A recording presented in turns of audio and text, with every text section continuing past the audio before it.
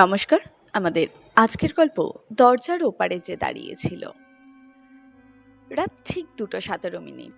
অরিন্দম প্রথমে ভেবেছিল হাওয়ার শব্দ, তারপর আবার শোনা গেল বাড়ির দোতলার শেষ ঘরের দরজায় কেউ ধীরে ধীরে কড়া নাড়ছে। সমস্যা হলো এই ঘরে কেউ থাকে না, কারণ 3 বছর আগে ঠিক এই ঘরেই অরিন্দমের কাকা গলায় দড়ি দিয়েছিলেন আর মরার আগে শেষবার বলেছিলেন, দরজা খুলিস না, ও মানুষ না। বর্ষার শেষ দিক, নদিয়ার প্রত্যন্ত গ্রাম শিবতলা। চারিদিকে কাদা, বাঁশঝাড় আর পুকুরের ধারে ব্যাঙের ডাক। আর রাত নামলেই এক অদ্ভুত নিস্তব্ধতা। অরিন্দম কলকাতা থেকে এসেছে তার পৈতৃক বাড়িতে। বাবা মারা যাওয়ার পর এই বাড়ির দায়িত্ব তার ওপরেই পড়েছে। বহুদিন পর এসেছে জায়গাটা বিক্রি করবে বলে। কিন্তু গ্রামে পা রাখতেই সে টের পেল লোকজন বাড়িটার নাম শুনলেই কেমন যেন চুপ হয়ে যায়। চায়ের দোকানের বুড়ো গণেশ একসময় ফিসফিস করে বলেছিল, বাবু, রাত হইলে দোতলার উত্তর ঘরে যাইবেন না। অরিন্দম হেসে উড়িয়ে দিয়েছিল। ভূত টুত সে বিশ্বাস করে না। পুরনো জমিদার বাড়ি, লম্বা বারান্দা, দেওয়ালে পলেস্তারা খসে পড়েছে। বৃষ্টির জলে কাঠের দরজাগুলোও ফুলে উঠেছে। বাড়ির ভেতরে ঢুকতেই একটা স্যাঁতস্যাঁতে গন্ধ নাকে এলো, যেন বহু দিনের বন্ধ ঘর, আর তার সঙ্গে মিশে আছে কিছু পুরনো ধূপের গন্ধ। বাড়িতে এখন শুধু একজন মানুষই থাকে, হরিপদ। বয়স প্রায় 70, এই বাড়ির পুরনো চাকর। রাতে খাওয়ার সময় হরিপদ বলল, বাবু, দোতলায় ঘুমাবেন না, নিচেই থাকেন। কেন? বুড়োটা একটু থেমে বলল, সবাই থাকতে পারে না ওই ঘরে। অরিন্দম বিরক্ত হলো। আচ্ছা, তুমি কি আমায় ভয় দেখানোর চেষ্টা করছো? হরিপদ মাথা নিচু করল। আমি তো শুধু সাবধান করছি। অরিন্দম ইচ্ছা করেই দোতলার উত্তর দিকের ঘরটাই বেছে নিল। এই ঘরেই তার কাকা বিমলেন্দু রায় আত্মহত্যা করেছিলেন। ঘরটা খুলতেই ধুলো উঠল। দেওয়ালে পুরনো তেলের ছবিতে একটা মহিলার মুখ, কেমন যেন চোখ দুটো অস্বাভাবিক উজ্জ্বল। অরিন্দম জিজ্ঞাসা করল, এই ছবিটা কার? হরিপদ কেমন কেঁপে উঠল। ওই ছবি নামাইবেন না বাবু। কার ছবি? রানীমা। মানে? হরিপদ উত্তর দিল না। রাত বাড়ল, বাইরে বৃষ্টি শুরু হলো। জানলায় বৃষ্টির টুপটাপ শব্দ। অরিন্দম বিছানায় শুয়ে মোবাইল দেখছিল। হঠাৎ লক্ষ্য করলো ঘরের কোণে রাখা পুরনো আয়নাটার ওপর কেমন যেন কুয়াশা জমেছে, আর সেই কুয়াশার ওপর কেউ আঙুল দিয়ে লিখছে, চলে যা। অরিন্দম উঠে দাঁড়ালো। হৃৎপিণ্ডটা কেমন জোরে ধুকপুক করছে। সে আয়নার কাছে গেল, হাত দিয়ে মুছে দেখলো কিছুই নেই। নিজেকেই বোঝালো মনের ভুল। ঠিক তখনই ছনছন করে কোথায় যেন নূপুর বেঁচে উঠল, খুব আস্তে, খুব কাছে। অরিন্দম ঘুরে দাঁড়ালো। কেউ নেই, ঘর পুরো ফাঁকা। কিন্তু দরজাটা কেমন যেন ধীরে ধীরে নিচে থেকেই বন্ধ হয়ে গেল। সেই রাতেই স্বপ্নটা প্রথম দেখল অরিন্দম। সে দেখল একজন মহিলা লাল শাড়ি পরে বারান্দা দিয়ে হাঁটছে। চুল ভেজা, মুখ দেখা যাচ্ছে না। মহিলাটা থেমে ধীরে ধীরে পেছন ফিরল, আর অরিন্দমের বুকের রক্ত যেন জমে গেল। কারণ মহিলার চোখ নেই, দুটো শুধু কালো গর্ত, আর ঠোঁটের কোণে এক ভয়ানক হাসি। মহিলাটা ফিসফিস করে বলল, তুই দরজা খুলেছিস? অরিন্দম চিৎকার করে উঠে বসল। সারা শরীর ঘামে ভিজে গেছে। তারপর সে শুনল ঘরের বাইরে কেউ হাঁটছে, যেন ভেজা পায়ে কেউ কাঠের বারান্দা দিয়ে হেঁটে চলেছে। সে দরজার কাছে গিয়ে বলল, কে? কোনো উত্তর নেই, কিন্তু দরজার নিচ দিয়ে ধীরে ধীরে জল গড়িয়ে আসছে, একটা কালো জল। অরিন্দম দরজা খুলে ফেলল। বারান্দা ফাঁকা, কিন্তু মেঝেতে সেই ভেজা পায়ের ছাপ এখনো দেখা যাচ্ছে। আর সেই ছাপ গিয়ে শেষ হয়েছে সামনের দেওয়ালের সামনে, যেখানে যাওয়ার আর কোনো রাস্তা নেই। পরদিন সকালে অরিন্দম হরিপদকে সব বলল। বুড়োটা অনেকক্ষণ চুপ করে রইল, তারপর বলল, রানীমা আবার ফিরেছে। অরিন্দম বিরক্ত হয়ে বলল, এই রানীমাটাকে? হরিপদ জানালো, প্রায় 100 বছর আগে এই বাড়ির জমিদার ছিলেন হেমাঙ্গ রয়। তার স্ত্রী মৃণালিনী দেবী। গ্রামের লোকে তাকে রানীমা বলতো। অসাধারণ সুন্দরী ছিলেন, কিন্তু মানুষ বলতো তিনি তন্ত্র সাধনা করতেন, রাতে শ্মশানে যেতেন। হঠাৎ একদিন জমিদারের ছোট ভাই নিখোঁজ হয়ে যায়। তারপর একে একে আরো কয়েকজন।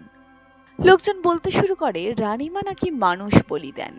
এক রাতে গ্রামের মানুষ দল বেঁধে এই বাড়িতে আসে, আর দোতলার ওই উত্তরের ঘরে তারা দেখে মাটিতে রক্তের বৃত্ত, মাঝখানে বসে আছেন মৃণালিনী দেবী। তার সামনে পড়ে আছে একটা কাটা মাথা। সেই রাতেই আগুন লাগিয়ে দেওয়া হয় ঘরে, কিন্তু পরদিন ছাইয়ের ভিতর থেকে কোনো মৃতদেহ পাওয়া যায়নি। হরিপদ নিচু গলায় বলল, তারপর থেকেই মাঝরাতে নুপুরের শব্দ শোনা যায়। অরিন্দম ঠোঁট বাঁকালো। লোককথা। হরিপদ তাকালো তার চোখের দিকে। আপনার কাকাও প্রথমে এই কথাই বলেছিলেন। সেদিন রাতে অরিন্দম ঠিক করলো এই রহস্যে শেষ করবে। রাত প্রায় 1টা। হঠাৎ আবার সেই শব্দ। দরজায় কেউ কড়া নাড়ছে। অরিন্দম এবার সাহস করে বলল, কে? বাইরে থেকে খুব মিষ্টি গলায় একটা উত্তর এলো, দরজা খোলো।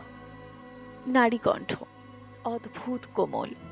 কিন্তু সেই কণ্ঠ শুনেই অরিন্দমের শরীর ঠান্ডা হয়ে গেল, কারণ এই গলাটা মানুষের না, যেন অনেকগুলো গলা একসঙ্গে কথা বলছে। আবার শব্দ এলো, অরিন্দম দরজা খোলো। সে থমকে গেল। তার নাম জানলো কি করে? ধীরে ধীরে দরজার নিচ দিয়ে কালো জল ঢুকতে লাগলো। তারপর দেখা গেল দরজার ফাঁক দিয়ে কারো আঙ্গুল ঢুকছে। লম্বা, কঙ্কালসার, কালো নখ। খড়খড় করে আঁচড় কাটতে লাগলো কাঠে। অরিন্দম পিছিয়ে গেল। হঠাৎ ঘরের আয়নাটা নিজে থেকেই ফেটে গেল, চুরমার। আর আয়নার ভিতরে এক মুহূর্তের জন্য সে দেখল তার পেছনে একজন দাঁড়িয়ে, লাল শাড়ি, ভেজা চুল। অরিন্দম ঘুরে দাঁড়ালো। না, কেউ নেই। আবার আয়নার দিকে তাকালো। এবার স্পষ্ট দেখা গেল মহিলাটা আয়নার ভেতরেই দাঁড়িয়ে আছে।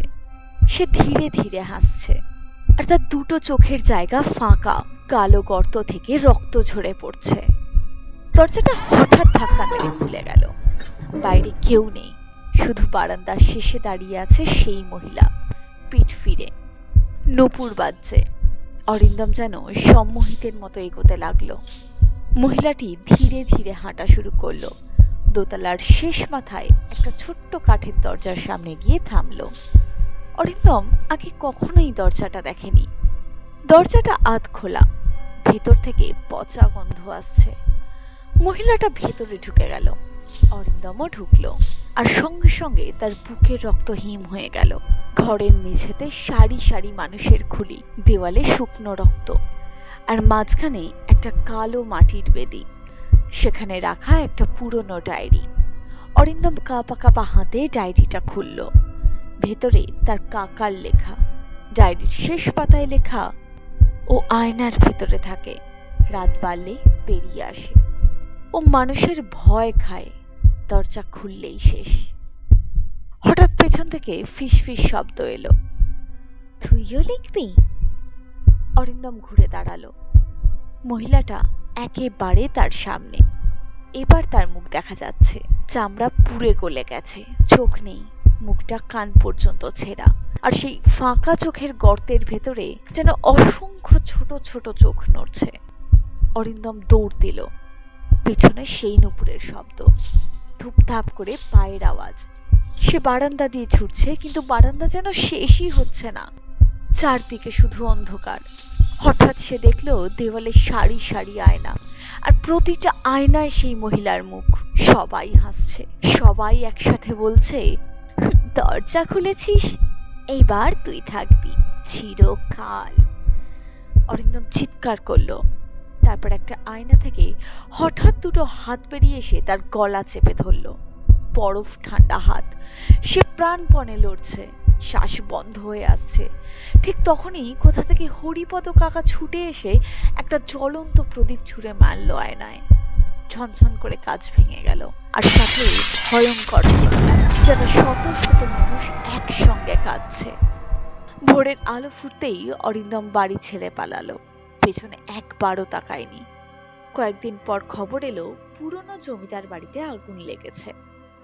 লোকজন বলল এইবার অভিশাপ শেষ, কিন্তু সত্যিই কি শেষ হয়েছিল? কারণ 6 মাস পরে কলকাতায় নিজের ফ্ল্যাটে এক রাতে অরিন্দম ঘুম থেকে উঠে শুনতে পেল সেই একই দরজায় কড়া নাড়ার আওয়াজ। সে ভাবলো হয়তো ভুল শুনেছে। তারপর আয়নার ওপর ধীরে ধীরে জল জমলো, আর সেই জলের ওপর ভেসে উঠল দরজা খোলো। এই ছিল আমাদের আজকের গল্প। যদি আজকের গল্পটা আপনাদের ভালো লাগে তাহলে অবশ্যই ভিডিওটাকে লাইক করুন এবং চ্যানেলটাকে সাবস্ক্রাইব করুন।